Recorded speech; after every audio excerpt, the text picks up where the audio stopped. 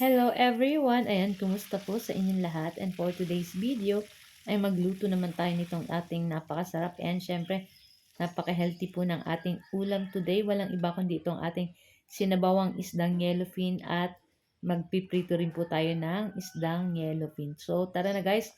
Samahan niyo pang magluto and enjoy watching po. So, ayan nga at nagpakulo lang tayo ng tubig dito sa ating pot at naglagay na tayo ng sibuyas at kamatis and then nilagyan ko na rin ng asin. So lutuin lang natin yung ating sibuyas at kamatis dyan. Then pwede na po nating ilagay yung ulo nitong ating isdang yellowfin. So yan po yung ating sasabawan lang yung ulo para may sabaw-sabaw po tayo. Then yung laman po niyan, yung parting sa ano, yun na yung ating apritusin. Ayan.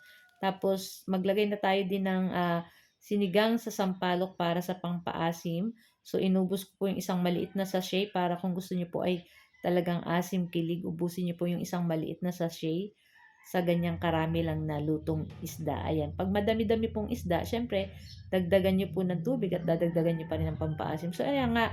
At naglagay rin tayo ng siling pangsigang at dahon ng kangkong. So, lutuin lang natin ng ilang minuto yung ating dahon ng kangkong and then luto na rin po iyan. So, ready na rin po ito at talagang napakasarap po nitong ating ano, nilagyan ko rin pala yan guys ng luya para konti lang. Para mas pangtanggal din ng langsa and syempre pangpasarap at pampabango din sa ating sinigang na isda. So, ayan na nga at pagkaluto ng ating sinabawang isda, ayan, dito naman tayo sa ating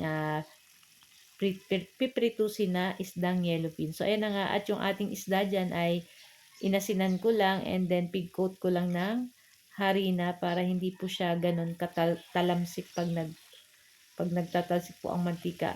Pag nagpiprito masakit po kaya nilagyan ko na lang ng harina para hindi po siya magtilamsik. Ayan. So lulutuin lang po natin yan hanggang side to side hanggang mag golden brown at hanggang hintayin natin syempre maluto. And syempre bantayan po natin ang hindi matutong yung ating piniprito.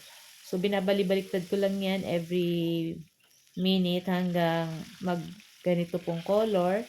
Ayan, pag ganito guys, ay pwede na po natin hanguin. So, isa po ito sa paborito ng aking 3 sons, ang ganitong isda. Bukod sa malaman na, ay malasa at masarap po talaga. At yun, ayaw nila ng maraming tinik. So, yun na nga at luto na rin to guys at pwede na po nating hanguin and syempre isusunod pa natin yung batch pa niyan. So, ito yung ating first batch. So guys, ayan at ito lang po ang ating video today at sana po ay nag-enjoy kayo. Huwag niyo po sanang kalimutan mag-like, comment at pa-share po ng ating video. At kung bago pa lang po kayo sa aming page, huwag niyo po sanang kalimutan mag-like at follow para palagi po kayo updated sa aming mga bagong video na i-upload. So guys, thank you for watching and shout out sa ating mga new followers na Ma'am Shen 3 Sons. Thank you for watching. Ciao! Bye!